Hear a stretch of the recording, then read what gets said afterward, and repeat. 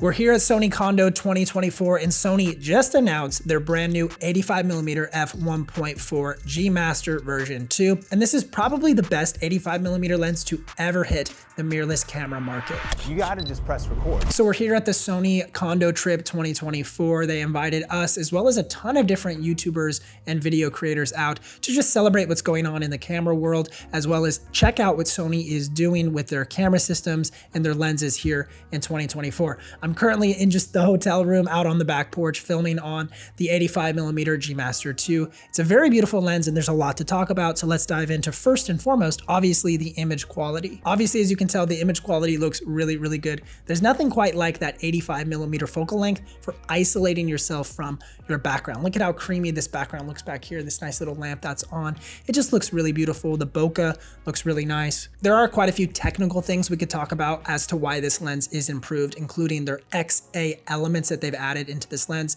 And really all of these things just equate to better image quality. I've personally always loved filming on 85mm focal lengths when I want to isolate a subject. So this really for me has materialized in two forms: filming weddings and concerts if I want to isolate a specific individual in those scenarios, or filming myself for interview style talking head videos just like this one. We also like using the 85 if we want to have sort of a B camera angle on a talent. Like even Sean in our studio sometimes will throw an 85mm on a second camera body to just get a more isolated shot on him. And I think that's a really cool look. This new lens also has a lot better autofocus performance to help match it with Sony's more flagship mirrorless cameras. With me, I brought the Sony FX3 as well as the Sony A1, and this lens has worked beautifully with both of those camera systems. Sometimes these really good autofocus systems can outpace the lenses that you're using, and this is not the case here. This lens still keeps up really well with some of Sony's premium camera bodies. This lens focus tracking is really solid, up to even 120 frames per second in 4K. So its autofocus is flawless. You're not gonna have any issues with autofocus. Now let's talk about the body. They actually did quite a few things to improve the ergonomics of this lens, including making this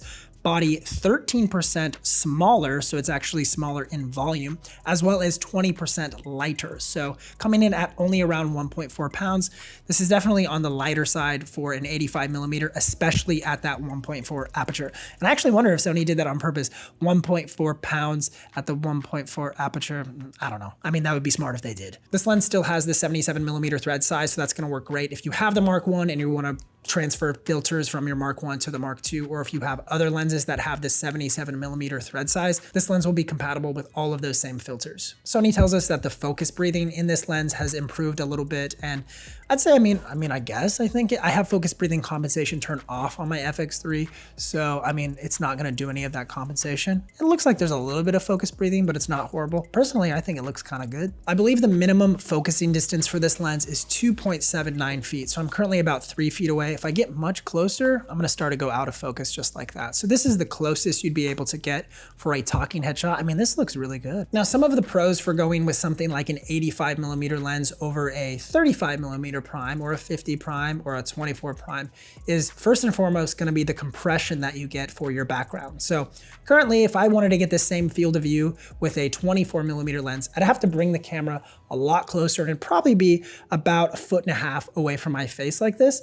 And we would not get this same field of view. We wouldn't have the background be so compressed, this wonderful light in the background that's nice and creamy and out of focus.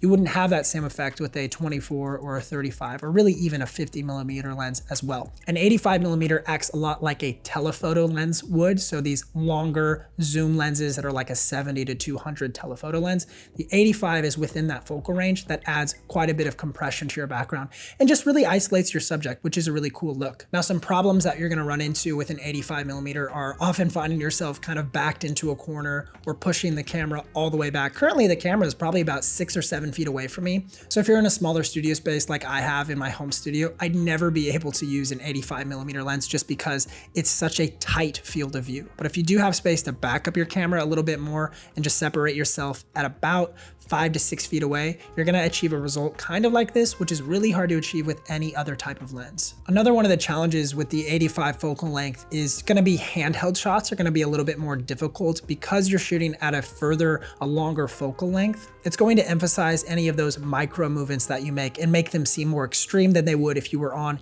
a wide angle lens. So that's just something to think about. This is definitely not a lens that you would ever use for vlogging or any sort of walk around shots. It's not going to look very well with the 85. I tend to find myself getting really slow moving cinematic shots where you're just kind of swaying left to right with this, or even locking it off on a tripod like I'm doing right now and making sure that camera is really stable so we don't deal with any of those micro jitters that you get from these lenses with longer focal lengths. This lens is launching at $1,800, which is the same price that the version 1 was launched at. So if you don't feel like you need all of the new features of the version 2, then the Mark 1 is going to be substantially cheaper on the used market. So that's something you could look at if you wanted to pick up the Mark 1 for around closer to $1,000 or so. That could be a really good option for you. But if you do prefer the best of the best, Sony is claiming here at Kondo that this is the best mirrorless 85mm lens ever to be produced. And you're definitely paying for that premium price tag at $1,800 for a prime lens. I think when it comes to the 85mm focal length, both photographers and videographers sort of know if that is a lens that they will need in their tool belt. I personally own a couple 85mm and I tend to only bring them out for those concert